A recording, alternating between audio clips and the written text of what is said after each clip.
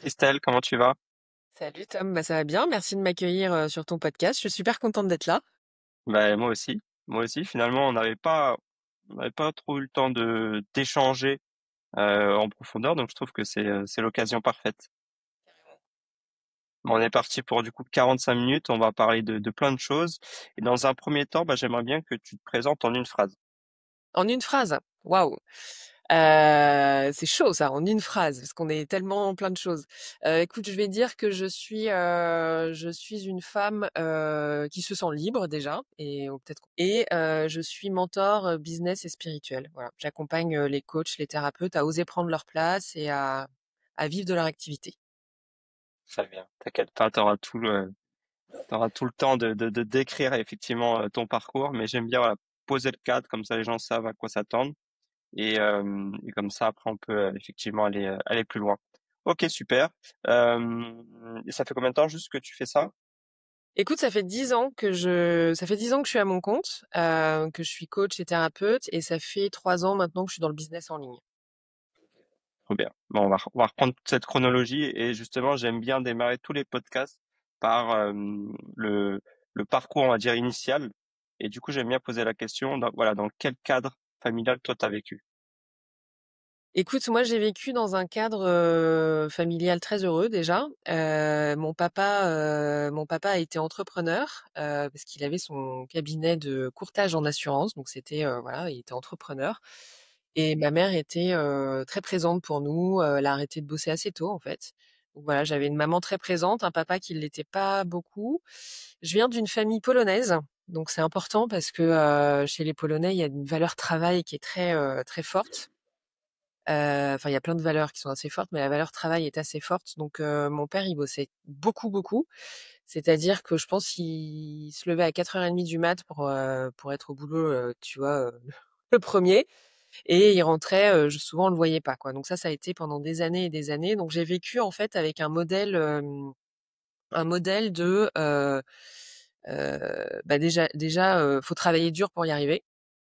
Et presque il faut en chier pour y arriver, tu vois? Parce que je voyais mon père vraiment, bosser énormément, énormément, et moi j'ai pas voulu prendre cette voie-là, ni mon frère d'ailleurs.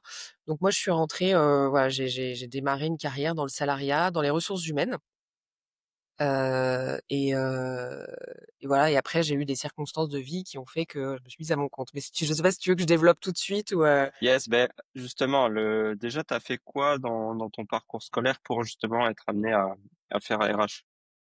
Ah bah je suis rentrée à la fac en fait. Moi j'ai fait la fac, donc j'ai fait une fac de sciences éco. Après j'ai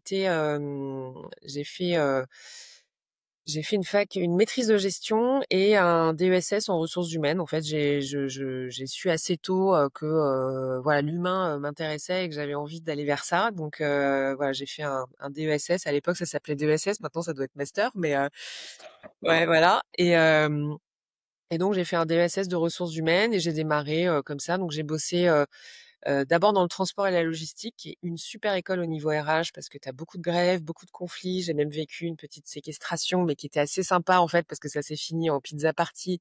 Mais quand même, je pouvais pas rentrer chez moi le soir. Et après, j'ai été DRH de Culligan qui fait du traitement d'eau. Donc il y a peut-être, voilà, on connaît les adoucisseurs, les bonbonnes. Et pour finir, j'ai été DRH de Groupon.fr, que là tout le monde doit connaître parce que tout le monde a dû être inondé de deals Groupon dans sa boîte email en fait. Ouais, je pense que c'était quoi, ça a commencé à 10 ans, ça, Groupon? 10-15 ans, Écoute, peut-être? j'y suis arrivée en 2011 et ils avaient un peu moins d'un an Ouais, c'est d'existence. ça, Ouais. 2010. Je crois que moi, j'étais effectivement au lycée quand j'ai vu les premiers Voilà, bons ça Groupon. me, ça me rajeunit pas tout ça. Ah ouais, désolé, désolé. Ok, trop bien. Comment toi tu te qualifierais comme personne quand tu étais justement à l'école? Est-ce que tu étais première de la classe ou quelqu'un qui était très caché? J'étais pas première de la classe, je bossais beaucoup. J'avais pas tellement de facilité, mais du coup, je bossais beaucoup pour essayer d'y arriver. En fait, moi, si je me reprends, enfin, si je me regarde quand j'étais gamine, je cherchais à être la petite fille modèle et la petite fille parfaite, en fait. Et cette Ok. perfection, elle m'a longtemps habitée, tu vois. Et donc, j'étais plutôt discrète sur mes bulletins. J'avais toujours Christelle a de bons résultats, mais elle est très réservée. Voilà, donc j'ai toujours eu ça. toujours cette difficulté à me mettre en avant ou à participer, tu vois, en classe. Et ouais, il y avait ce côté d'être vraiment parfaite, quoi. Mmh. Et tu en gardes quand même un bon souvenir? Ouais, oui, oui, je garde, alors plutôt des années lycée et de la fac où là, je me suis davantage éclatée, tu vois. Après, j'ai vécu une enfance où je me sentais pas toujours bien dans mes baskets ou à ma place, tu vois. Voilà, je me demandais un peu ce que je foutais là parfois.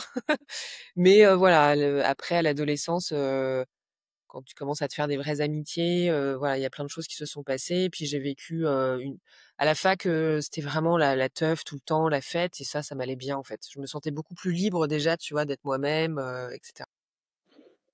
Et tu penses du coup que les traits de caractère justement de ton père, de cette rigidité entre guillemets, a pu toi t'aider ou justement t'empêcher d'être qui tu étais à l'école ou pas forcément?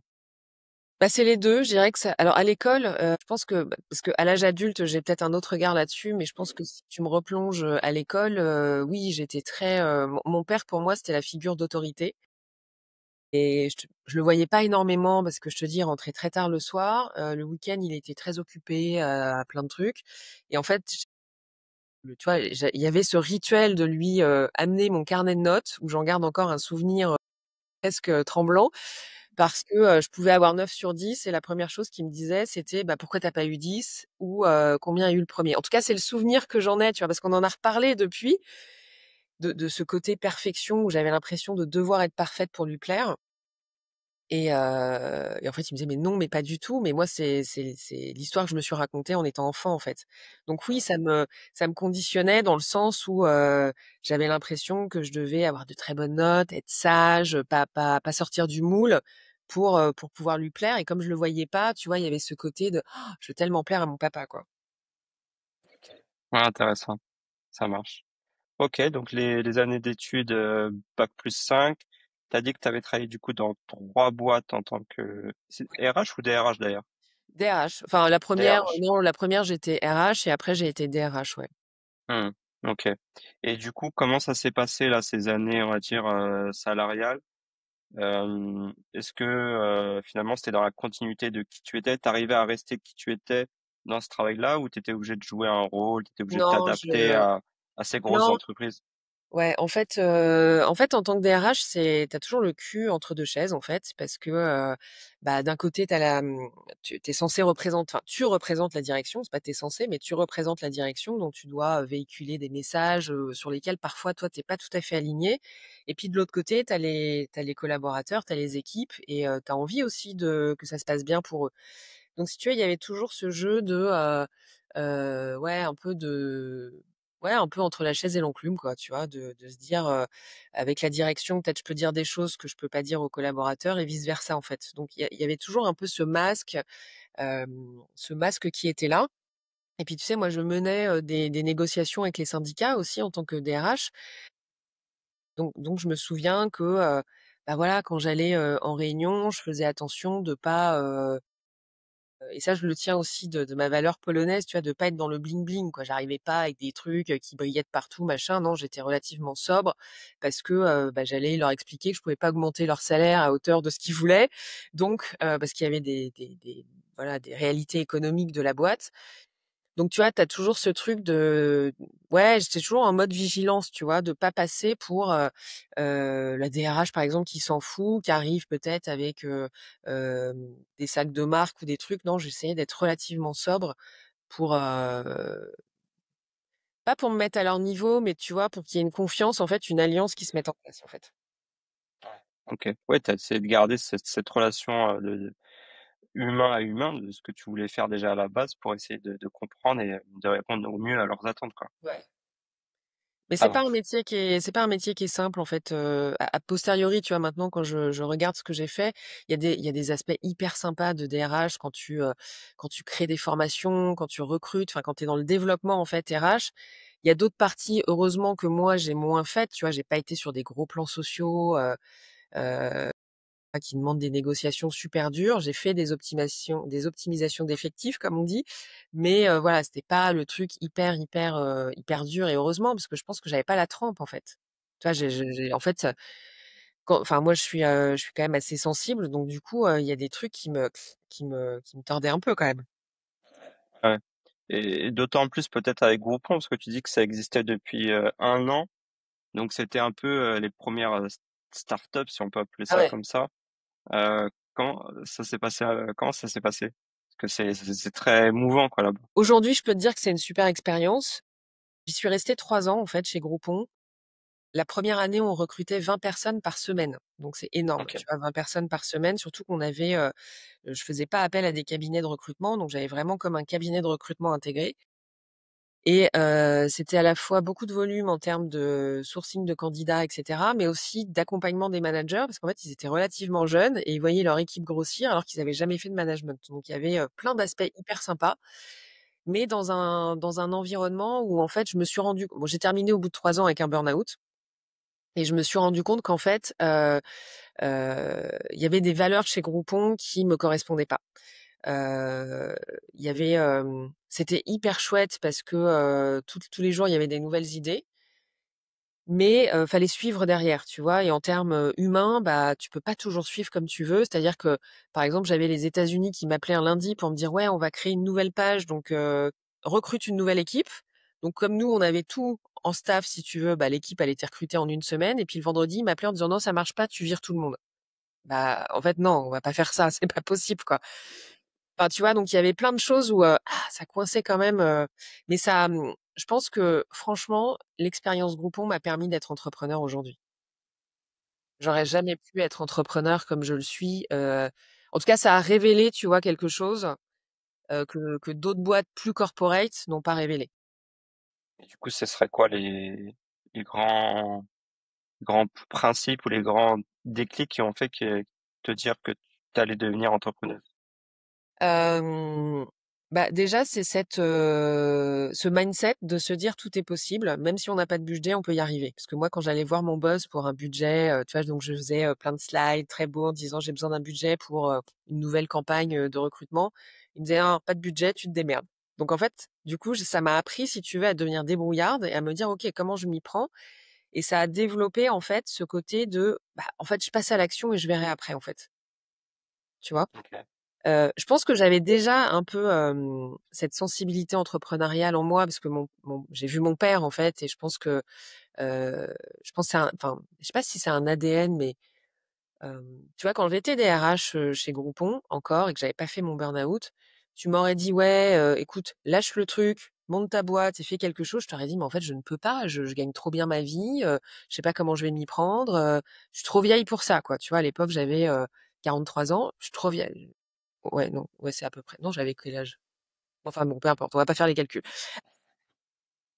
J'ai 50 ans aujourd'hui, donc tout va bien. Tu vois, je me disais: «OK, je devais avoir 40 ans», ouais, c'est ça, 40 ans. 40 ans, je me disais: «Mais non, c'est pas possible, je peux pas, faut être beaucoup plus jeune pour ça» et du coup, aujourd'hui, je sais que parce que je suis passée par Groupon, j'ai perdu le fil de ta question, pardon, donc j'essaye de faire genre, mais C'est quoi en gros les principes qui t'ont fait ouais, dire c'est que ça. voilà, t'allais. Et en fait, il y a un moment donné où quand tu es vraiment dans le ronron du salariat, tu te dis: «C'est pas possible parce que, 1, j'ai la sécurité du salaire, j'ai mes crédits à droite à gauche, comment je vais faire?»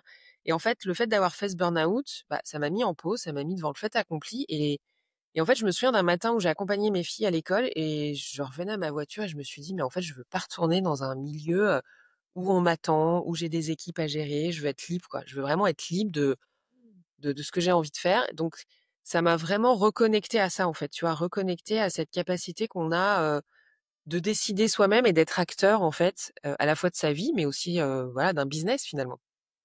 Et surtout, Ça, c'était en ça quelle m'a, année? ça c'était en 2000, tic, tic, tic, en 2000, bah, j'ai fait mon burn-out fin 2013. 2014, ça a été un peu, il a fallu que je me reconstruise un peu et j'ai monté ma boîte en 2015.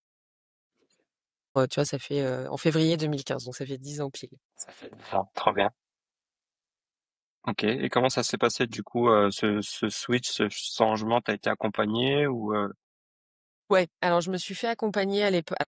déjà, je me suis fait accompagner sur un plan émotionnel, donc en thérapie, parce que moi, je voulais comprendre pourquoi j'avais fait un burn-out, hein. Tu vois, moi qui étais parfaite, en fait, je me disais: «Mais je comprends pas, c'est pour les faibles, les burn-out, moi je suis forte». Donc au début, je rejetais beaucoup la faute sur l'entreprise jusqu'à ce que je me dise: «Ouais, j'ai peut-être ma part de responsabilité quand même». Donc je suis allée creuser en thérapie et puis je me suis fait accompagner par une coach à l'époque, voilà, qui m'a aidée à conscientiser que je voulais, créer ma boîte et cetera.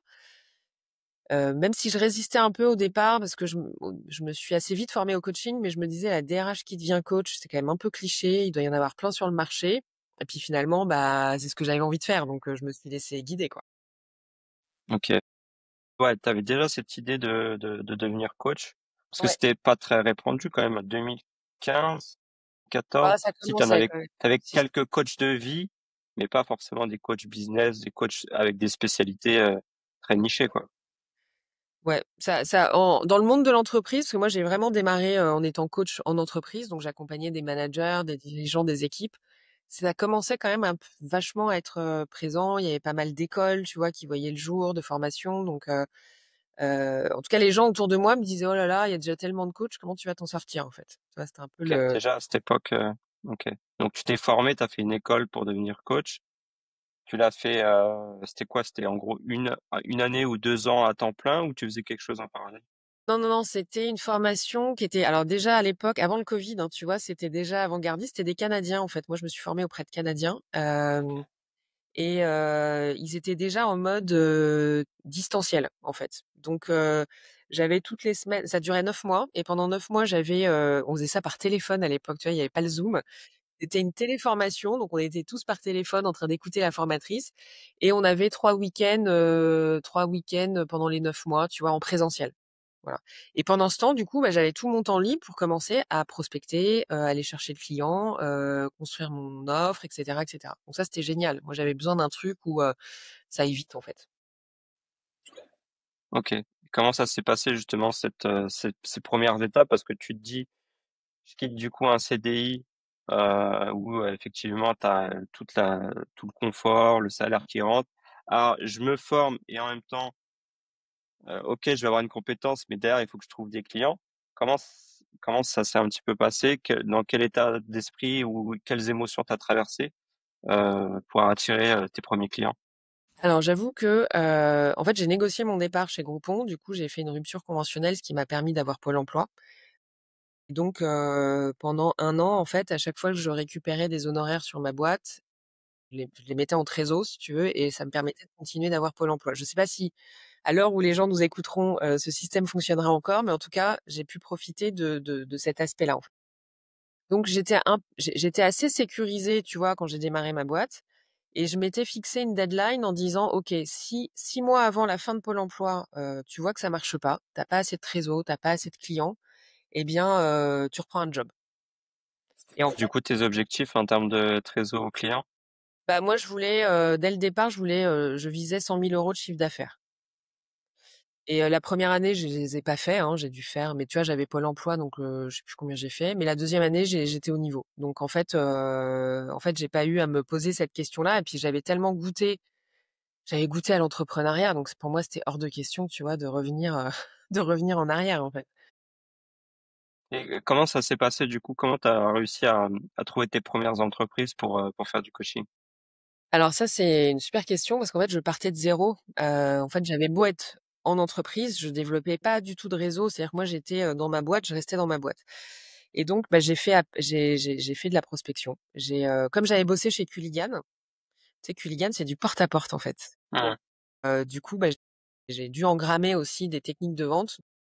Bah, j'ai, beaucoup prospecté par, LinkedIn, j'ai fait appel à tout mon cercle proche et en fait, je m'étais fixé un objectif de faire 5 rendez-vous réseau par semaine, quoi qu'il arrive. Et bon, j'avais le temps, hein. Et alors là, j'allais, partout et à chaque fois que j'allais voir quelqu'un, voilà, je lui disais: «OK, est-ce que tu connais quelqu'un à qui tu peux me recommander?» Et du coup, je tissais un peu ma toile comme ça. Parfois, ça m'a amené dans des coins paumés de la pampa de la région parisienne où je me disais: «Mais qu'est-ce que je fous là? Je sais même pas pourquoi je vais voir cette personne» et finalement, c'est cette personne-là qui m'ouvrait son carnet d'adresses et qui faisait que ça déclenchait des super rendez-vous. Donc je refusais aucun rendez-vous et j'en ai fait beaucoup, beaucoup. Donc j'ai prospecté, quasiment pendant 6 mois, tu vois, comme ça. Et j'ai décroché un premier contrat et après la suite s'est enchaînée en fait. Tu te rappelles du jour de la signature de ce premier contrat ou pas? Ouais, je me souviens de la boîte, je me souviens de la cliente aussi ouais, j'étais et surtout je me souviens, j'avais un superviseur à l'époque qui m'avait dit waouh Christelle, c'est fou, t'es hyper rapide. Il m'avait dit en fait t'es hyper rapide parce que lui il accompagnait plein d'autres coachs qui se lançaient et qui galéraient et il m'a dit toi en 6 mois t'as déjà fait ça, c'est génial, sois confiante. Et je me souviens surtout de ça, de ces encouragements, tu vois, en me disant bon ça va, je vais pouvoir m'en sortir. OK. Tu besoin finalement plus d'une validation extérieure que de dire que tu étais capable de le faire? Ouais, parce que c'était nouveau en fait pour moi, tu vois. Donc et cet aspect vente, je veux dire quand t'es DRH, t'es pas du tout dans la vente en fait, hein. Donc et je me suis quand même mangé quelques échecs au départ parce que justement j'étais plus en mode copinage ou en mode ouais on va parler d'autre chose et j'avais pas ce mindset de vente. Donc ça s'est affiné aussi un peu au fur et à mesure des rendez-vous. Et c'est pas que c'était une validation, mais tu vois, en fait, ça a ritualisé quelque chose. Ça m'a permis de faire un stop et de me dire, ah ouais, en fait, C'est j'ai fait tout possible. ça et ça fonctionne, quoi. Ouais. OK. C'est intéressant parce que tout à l'heure, tu disais qu'à l'école, justement, tu étais, Mmh. quelqu'un, de discrète et bon après je suppose que tes années salariales t'ont forgé aussi, t'ont appris pas mal de choses. Mais, c'est vrai que ça fait, un petit peu, Contraste, ouais. la fille discrète à l'école et finalement la Christelle qui va aller démarcher des boîtes, au porte-à-porte et obtenir ses premiers clients. Donc c'est Ouais, déjà, c'est fou. ouais. Après, il y a tout un chemin, tu vois, que j'ai fait sur moi pour travailler sur ma légitimité, surtout parce qu'après un burn-out, t'es quand même, en Mmh. termes d'estime de soi, tu quand même au ras des pâquerettes. Donc j'ai fait un gros boulot là-dessus. Puis je pense après aussi, tu vois, il y a la pratique, et puis il y a l'âge aussi, tu vois. Il y a un moment donné, le regard de l'autre, tu te dis en fait, c'est pas, enfin, si ça continue de me driver à 40 ans ou à 50 ans, ça devient, bah, ça m'empêche en fait, ça m'empêche de faire ce que j'ai envie de faire. Donc, ça veut pas dire que parfois, tu vois, j'ai pas le trac ou il se passe pas des choses pour moi, mais je me sens quand même de mieux en mieux dans mes baskets. Tu vois, j'ai un Insta, je fais des vidéos sans problème, alors qu'au début c'était ouh là là, comment me montrer moi, au secours. Bah voilà, j'arrive à dépasser ça aussi avec l'expérience en fait. Ça me ça me fait penser à un truc, c'est tu disais que tu avais du coup 40 ans. Bon, on s'en fout de l'âge, mais ça restait quand même les prémices peut-être des premières personnes en reconversion qui font un burn-out et qui se reconvertissent. Du coup, à ce moment-là, est-ce que tu étais peut-être la seule de ton entourage ou tu avais d'autres personnes qui, étaient en reconversion pro ou qui devenaient entrepreneurs? Non, j'étais la seule. Bon, j'avais mon papa entrepreneur, mais qui lui a pas compris hein, que je fasse un burn-out parce qu'il trouvait que j'avais ma voie toute tracée, que j'étais très bien à ma place. Non, non, j'avais personne. Mes amies proches, elles sont toutes, tu vois, elles ont toutes un job salarié. Maintenant, 10 ans après, j'en ai une ou deux qui commencent à se poser la question, tu vois. Et du coup, à la fois, elles me disaient, oh là là, c'est hyper courageux, mais je sentais qu'elles flippaient pour moi aussi, tu vois. Bah oui. Ah, tout ce qui est nouveauté, de toute façon, ça fait peur, quoi. Exactement, exactement. OK, super. Du coup, 1re expérience, en entreprise. À partir de quand tu t'es dit, «Je vais aller découvrir le milieu, infoprenarial», voilà, Ouais. que ça a été quoi un petit peu le cheminement? Bah, le cheminement, je pense que ça a été clairement le Covid, parce que tu vois, moi, j'intervenais donc en entreprise, soit je faisais des formations, soit je faisais des coachings individuels, mais je recevais les personnes, hein. J'avais un cabinet sur Paris, j'avais des associés à l'époque.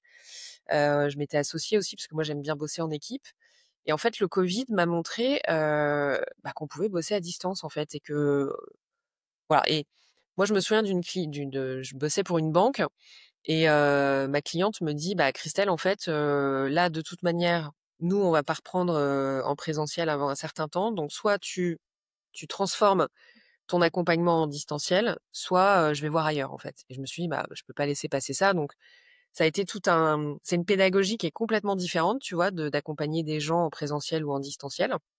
Donc je me suis frottée au truc, voilà et cetera. J'ai fait mes meilleures années 2020 et 2021, franchement, parce que il y en a plein qui ont pas pris le pli, pour le coup, en Ah coaching oui? de faire ça. Donc moi, j'ai fait mes meilleures années Et surtout, je me suis rendu compte que c'était vachement agréable de pouvoir bosser, à distance, quoi. J'étais pas en train de courir, dans les trains, dans les avions, dans les métros à droite à gauche. J'étais chez moi, je pouvais faire une petite machine de temps en temps entre 2 rendez-vous. Enfin, tu vois, je me suis dit: «C'est l'idéal, en tout cas, ça me correspond bien». Et donc j'ai commencé à me dire: «Ouais, j'aimerais bien, j'aimerais». Il y a 2 choses, en fait. Il y a ça, il y a le fait que en termes de méthode, de modalité de travail, ça me correspondait bien. Et il y a aussi le fait que, je commençais un peu à me lasser de l'entreprise, tu vois? Parce que, souvent en entreprise, tu as des gens qui sont là, mais qui ont pas forcément envie d'être là, qui ont rien demandé, donc en termes d'engagement, tu vois, c'est pas tu parfois c'est un peu chiant, je trouve. Puis je sais pas, ça me faisait côté performance tout le temps, ou bah, je me sentais moins libre aussi dans la façon de faire les choses. Puis moi, je continuais mon cheminement personnel, tu vois, à côté. Donc, il y avait plein de choses que j'avais envie de faire que je pouvais pas faire en entreprise. Et donc, je me suis et voilà. Et à ce moment-là, j'ai repris un coaching avec une coach business et je me suis fait accompagner. Et de là, on a travaillé sur bah, ma cible, mon offre, et c'est de là qu'est né mon parcours en fait, pour accompagner les coachs et les thérapeutes holistiques. OK. C'était quoi un petit peu, justement, pourquoi tu as choisi cette niche-là en particulier? Parce que c'est une cible qui est exigeante. C'est une cible qui est à la fois exigeante et qui a déjà bossé sur elle. Donc pour moi, ça va plus vite en termes de, tu vois, de compréhension des choses. C'est pas péjoratif du tout, hein, quand je dis ça, mais heu, voilà, moi j'aime bien cette cible-là parce que ça va vite et parce que en fait, moi j'ai une vision aussi. Je te disais tout à l'heure que, voilà, moi j'ai envie que moi, comme tu l'as souligné, j'ai été très conditionnée, en fait. Mais je me suis conditionnée toute seule, hein. C'est pas mon père qui m'a mis des trucs, machin. Je me Oui, suis conditionnée dans mon éducation, dans ce qu'on attendait de moi, dans le regard de l'autre. Donc, j'ai été très conditionnée. Je crois que toute ma vie, j'ai cherché à me déconditionner, en fait. Et ma vision du monde, c'est celle-là. J'aimerais que chaque personne dans ce monde se sente libre, de toutes les croyances limitantes, de tous les freins.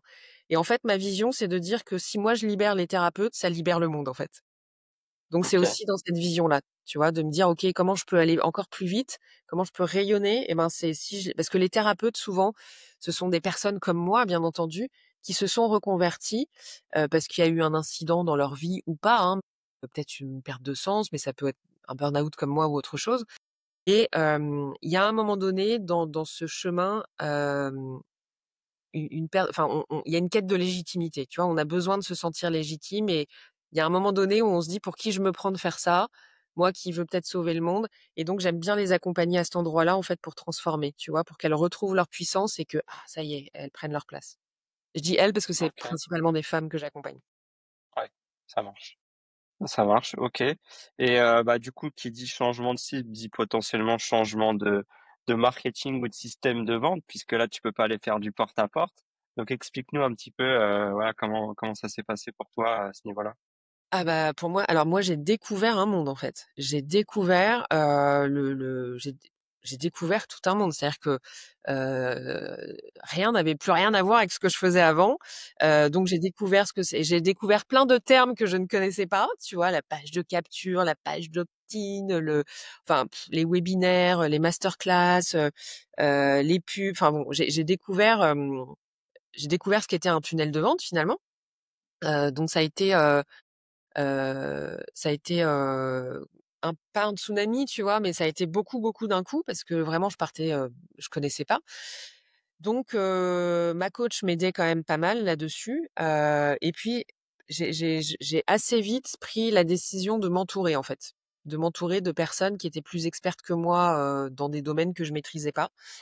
Ce qui m'a, a posteriori, je me dis: «C'était peut-être u» enfin, je voulais aller vite, tu vois? Moi, j'ai toujours ce truc d'aller vite, je veux que ça voilà, je veux qu'on passe à l'action, tac tac tac. Donc j'ai pris, quelqu'un, enfin, ouais, je me suis entourée d'une équipe, en me disant: «Allez, je mets le paquet, là, j'ai la trésor, j'y vais». Mais j'ai pas fait forcément enfin voilà, aujourd'hui je me dis c'était un peu des choix éparpillés, pas forcément conscients, mais ça m'a aidé à me mettre en route en fait. À mettre en route mon tunnel de vente, à mettre en route, ma façon de capter, les gens. Donc voilà, moi aujourd'hui je fonctionne, en organique et en pub. Je ramène tout le monde vers une masterclass et puis des appels découvertes et je vends mon programme. Voilà, donc c'est une Masterclass du coup VSL plutôt, enfin un truc qui est préenregistré. j'ai pas encore la Tu VSL. fais en live. Ouais, je suis en live. L'année dernière, j'ai fait quasiment une masterclass par mois. Là, en ce moment, je suis en train de tester la masterclass par semaine. Ok. OK, voilà. Et j'ai la VSL là qui est dans le pipe, que je dois sortir, que je dois tourner bientôt. Voilà. Mais voilà, VSL, tu vois, pareil, je ne savais pas ce que c'était. Aujourd'hui, je pense que ça me correspond bien. Moi, j'aime bien les lives aussi, j'aime bien l'adrénaline des lives. Et puis quand le truc il tourne, ça va bien en fait. 2021, t'as dit? 2021, que t'as commencé. Ouais, 2022, je crée mon programme en fait. Fin Ok. 2022, donc je pense que je fais la première promo, c'est début 2023. Ok. Donc ça a quand même bien évolué cette niche-là. Elle est c'est très niché, mais en même temps il y a beaucoup de concurrence. Ah oui. Euh, Comment toi tu l'as perçu? Parce qu'il y a eu des gros mastodontes qui sont arrivés. Comment toi tu l'as perçu? Comment tu l'as vécu? Et finalement, qu'est-ce qui fait que les gens viennent vers toi et pas vers quelqu'un d'autre? Ouais, alors il y a énormément de concurrence, comme tu dis, il y a beaucoup de gros, donc c'est difficile de faire sa place. Maintenant, moi, je pense que ma particularité, c'est que je mêle à la fois le business et la spiritualité, parce que j'ai un côté très spirituel, à côté, voilà, j'ai des pratiques où je fais des retraites spirituelles. Et du coup, c'est pour ça que je m'adresse aux thérapeutes holistiques parce que je pars du principe que notre business, c'est le reflet de notre énergie. Et donc, on a besoin de bosser aussi sur toute notre énergie intérieure pour incarner notre puissance. Donc ça, c'est mon message, pour devenir magnétique, en fait. Donc, il s'agit pas d'appliquer des stratégies. C'est ce que j'ai fait d'ailleurs au début, moi. Hein. J'ai appliqué des stratégies un peu qui me correspondaient pas, ce qui fait que je me suis beaucoup cherchée sur mon message au départ. J'ai beaucoup testé de trucs. Je recommençais, je revenais en arrière, ça n'allait pas. Et en fait, je me rends compte que à partir du moment où tu es vraiment aligné avec toi, avec ta vision, avec tes valeurs, donc c'est ça que je prône, et ben en fait, quelle que soit la stratégie, ça fonctionne parce que tu vas choisir celle qui est bonne pour toi, en fait. Voilà. Je sais pas si ça répond vraiment à ta question, mais en tout cas, ce qui me démarque, c'est que je suis pas purement business. J'ai un aspect aussi spirituel et je travaille avec de l'énergétique aussi, en fait. Ok. C'est quoi du coup ta promesse aujourd'hui? Ma promesse, c'est que j'accompagne les coachs, les thérapeutes holistiques à révéler leur magnétisme, à incarner leur puissance, amplifier leur impact pour de meilleurs revenus. Mais je suis passée par tellement de promesses que t'as pas idée. Oui, ça je veux bien le croire. Les promesses c'est tellement compliqué, mais voilà, c'était pour resituer aussi le truc. Donc il y a quand même un Aujourd'hui, côté. c'est celle avec laquelle je me sens hyper alignée, que je bouge pas. Alors que tu vois, l'année dernière, j'ai fait beaucoup de masterclass. Et à chaque masterclass, je refaisais, en fait. J'essayais de réajuster, d'affiner, de voir comment ce qu'allait fonctionner. Là, aujourd'hui, c'est stable. C'est ce qui me permet de faire des masterclass toutes les semaines, tu vois. Enfin, là, je teste depuis 3 semaines, hein, donc je vois ce que ça donne. Mais... Et du coup, ouais, justement, en parlant de ça, est-ce que comment ça se passe justement de faire des masterclass toutes les semaines? Est-ce que c'est un truc qui est écologique pour toi ou pourquoi tu as ressenti le besoin de faire ça toutes les semaines en fait? Alors, je vais être très transparente avec toi, c'est que j'ai fait des mauvais choix business d'investissement depuis sur 2024, ce qui fait que ma trésor elle est pas au top. Et donc, si je fais toutes les semaines, c'est pour remettre un coup de trésor en fait dans mon business. Voilà, d'autant plus avec cette nouvelle offre qui est une nouvelle cible. Quelque part, j'affine aussi un peu ma cible avec ma nouvelle promesse. Et je sais que cette nouvelle promesse, elle va peut-être pas parler à mon ancienne cible, donc je vais avoir un espèce de période un peu Une tampon, tu transition. vois. Hmm. Et du coup, encore une fois, comme j'ai envie que le tampon il soit le plus court possible, bah, je me dis voilà, je fais à la semaine. Et aujourd'hui, c'est écologique, mais ça l'aurait pas été l'année dernière. C'est écologique parce que en fait, j'ai juste une date à changer sur ma page de capture, elle fonctionne. Ma séquence d'email de chauffe, elle fonctionne. Ma masterclass, elle fonctionne, je décroche des rendez-vous derrière. J'ai juste ma séquence email post-Webi qui est encore à optimiser, tu vois. Mais ça fonctionne. Je veux dire, j'ai plus de création à faire. Il y a juste deux, trois trucs à modifier et ça roule, en fait. Ok, ça marche. J'aime bien poser la question à chaque fois, c'est comment tu décrirais en 3 mots ton marketing? Ouais, j'ai envie de dire magnétique, du coup. Magnétique, authentique et ouais, et léger. Enfin, dans le sens, j'espère apporter aussi une forme de légèreté ouais, peut-être pas simplicité, voilà, simplicité. Ok, intéressant. Euh, vu que tu as parlé forcément de magnétisme, spiritualité, j'aimerais quand même qu'on aborde un petit peu ce sujet-là parce que ça va forcément parler à des personnes qui ressentent ou en tout cas sont dans cette thématique de la spiritualité. Par contre, tu as dit que tu faisais de la pub, donc ça veut dire que potentiellement d'autres personnes très terre à terre sont peut-être tombées sur tes pubs et du coup, bah, tu as peut-être reçu des messages ou des commentaires assez hasardeux. Comment ça se passe pour toi par rapport à ça? Et comment tu Alors arrives déjà, justement à contourner tout ça? ouais, déjà, ce qui est bien, c'est que je le prends pas personnellement et je me dis toujours que ça part de la personne. Hem, ouais, parce que tu vois, j'ai lancé en début d'année, une offre qui s'appelle, l'école des gardiennes du sacré. Donc, où là, c'est toujours à destination des thérapeutes holistiques, mais c'est pour les accompagner à créer leur retraite spirituelle. Parce que souvent, ils sont très bons en individuel, mais après, il faut savoir gérer un groupe. Donc je les ai accompagnés à ça et j'ai fait de la pub là-dessus. Où là, c'était vraiment, tu vois, on me voit avec mon tambour chamanique, par exemple, en photo et cetera. Donc c'est très marqué, d'un point de vue spirituel, voilà, ou pratique. Ouais, ouais, il y a alors j'ai eu des super retours et puis il y en a eu où c'était, «Ouh là là, c'est encore une secte, ça y est, c'est la secte». Voilà, donc tu te fais vite, accuser d'être une secte. Donc moi, je suis quand même très prudente dans les mots que j'utilise, tu vois? Parce que, tu quand même, je crois que c'est la Midiluve, hein, qui regarde si, effectivement, il y a pas des courants Des sectaires trucs et cetera. sectaires, Donc ouais. je parle pas de guérison, je me substitue pas à un médecin, enfin, tu vois? Je suis hyper vigilante dans les termes que j'emploie, ça, c'est super important.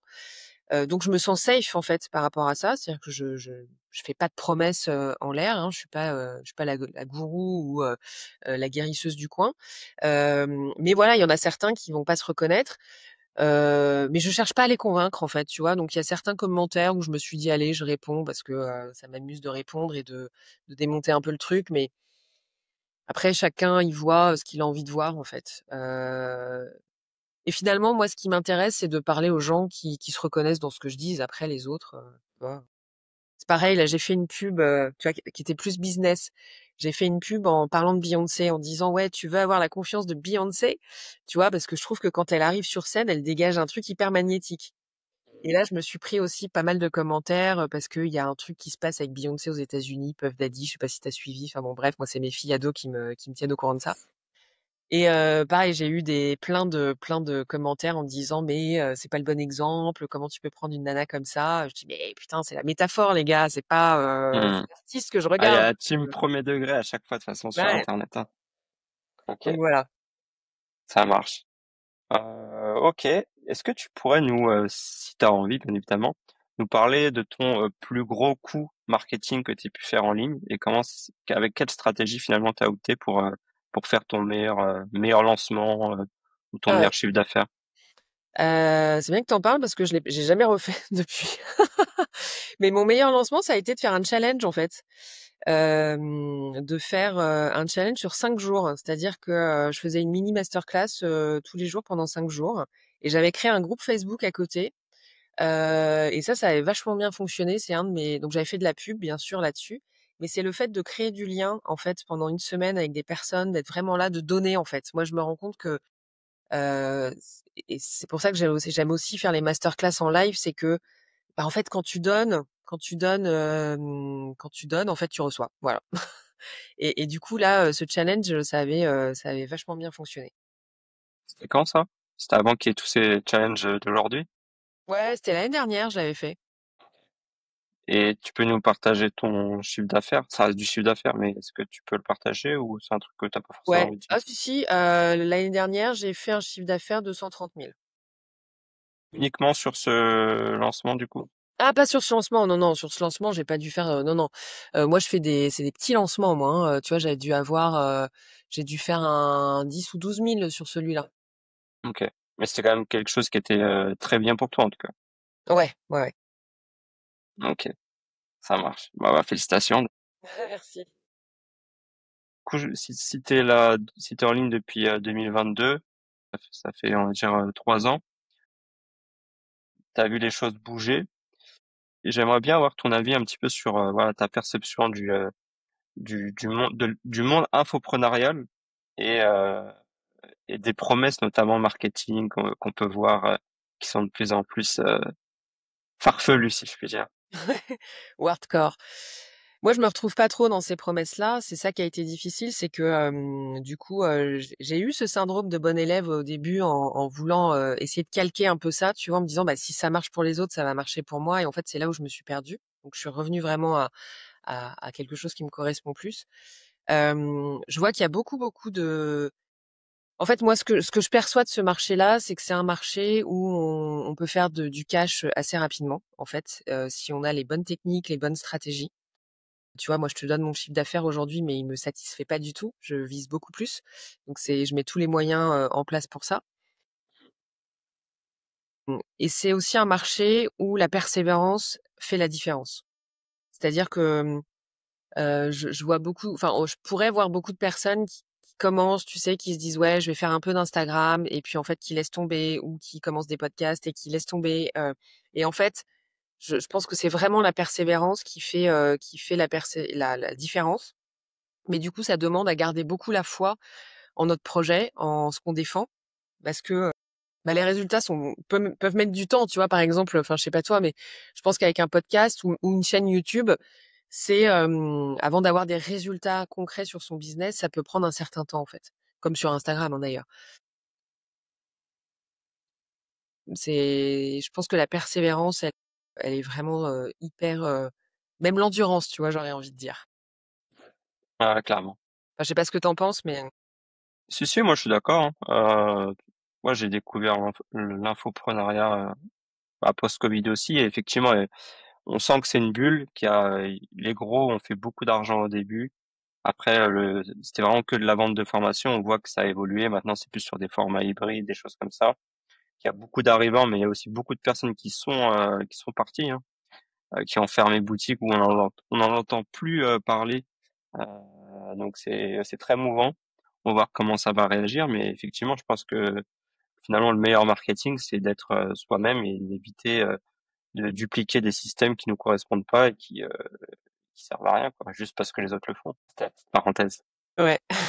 Ça marche. Est-ce que toi, là, je sais pas, il y a une formation, un livre, une personne qui est un peu game changer pour toi dans ton parcours entrepreneurial? Tellement, mais tellement.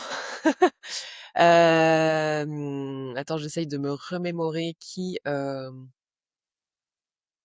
Moi, je suis très inspirée par des gens qui incarnent en fait vraiment, qui incarnent leur business en fait, qui incarnent ce qu'ils disent.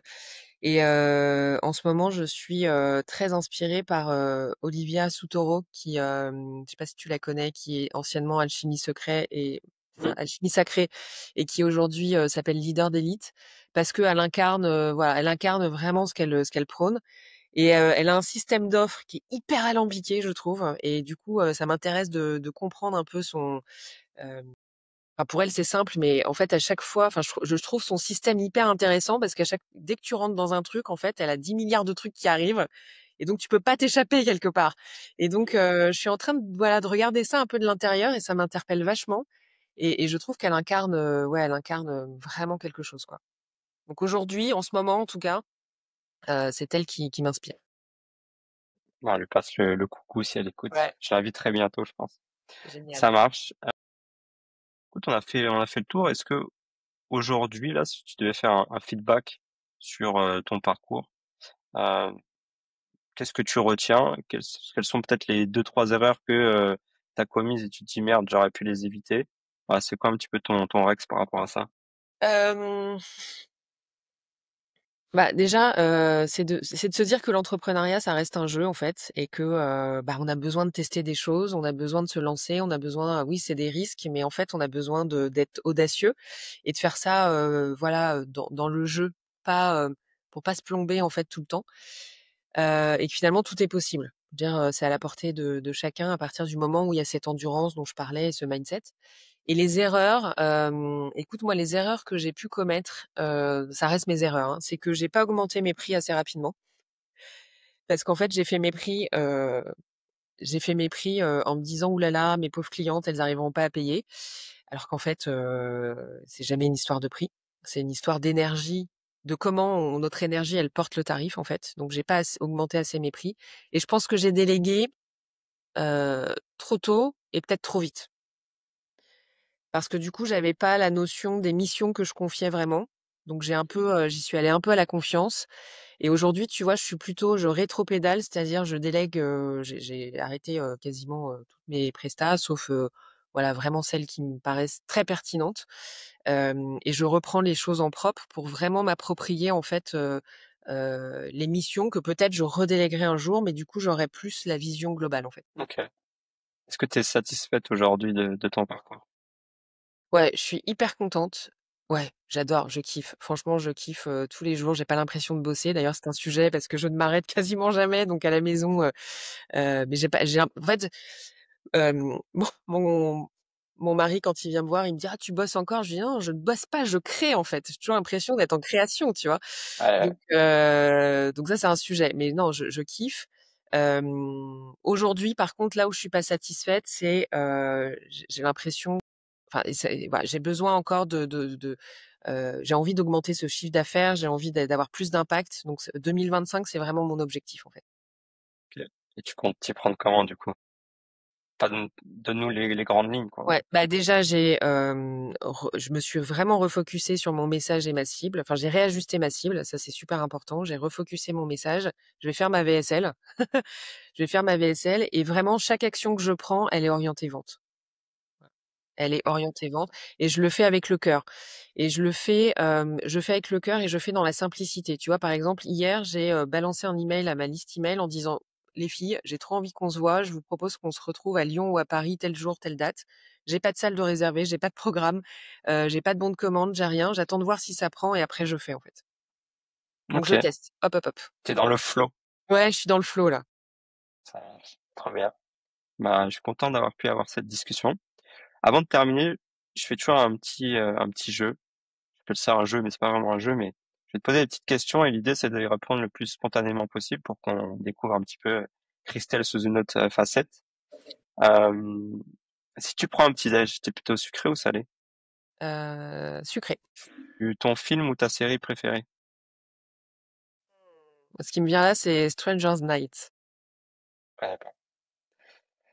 T'es plutôt matin ou soir? Ah, j'aime bien les 2 en fait. Question du non-choix. Ouais. Mer ou montagne? Lire un livre, pardon, ou écouter un podcast? Allez, je vais dire écouter un podcast. Ça tombe bien, t'écouteras du coup Ouais. notre épisode. Thé ou café? Tisane. Tisane. Petite nuance. Quand tu veux te détendre, sport ou canapé? Sport. Préfères travailler dans le silence ou avec de la musique? Silence. Plutôt organisé ou freestyle? Méthodique, mais on va dire organisé alors. C'est pas tout à fait la même chose pour moi, mais C'est pas la même chose, c'est vrai. ouais. Et la petite question marketing, tu préfères 1 million cash maintenant ou 10 000 € par mois à vie? 1 000 000 cash, 1 000 000 cash Un maintenant. million cash. Mmh. Trop bien. Super, bah on va terminer ce podcast. Est-ce que toi, tu aurais un dernier message à faire passer, quelque chose dont tu n'as pas forcément abordé ou revenir sur un point? Ouais, peut-être juste, rappeler que derrière tout ce qu'on fait, en fait, le plus important, c'est de créer du lien, en fait. Voilà. De créer du lien parce que moi, j'aime beaucoup cette citation de Maya Angelou qui dit: «Les gens vont oublier ce que tu vas dire, ils vont oublier ce que tu vas faire, mais ils oublieront jamais ce que tu leur feras ressentir». Et donc, c'est de toujours, se dire: «OK, comment je peux être le plus en lien avec mes clients, avec ma cible, avec mes prospects et avec les personnes qui me suivent et avec mes partenaires et avec mes prestats», voilà, donc pour moi, c'est le lien qui reste le plus important. Bah, on va terminer là-dessus, hein. Ouais. Un grand merci à toi. Merci Tom, c'était On super. mettra de toute manière les liens, les différents liens de tes réseaux sociaux, des femmes qui veulent te contacter en Génial. dessous. Voilà. Un Super. grand merci à toi et puis bah, je Merci te souhaite tout beaucoup. le meilleur. Ouais, merci À très beaucoup. vite. À très Bye bientôt. bye.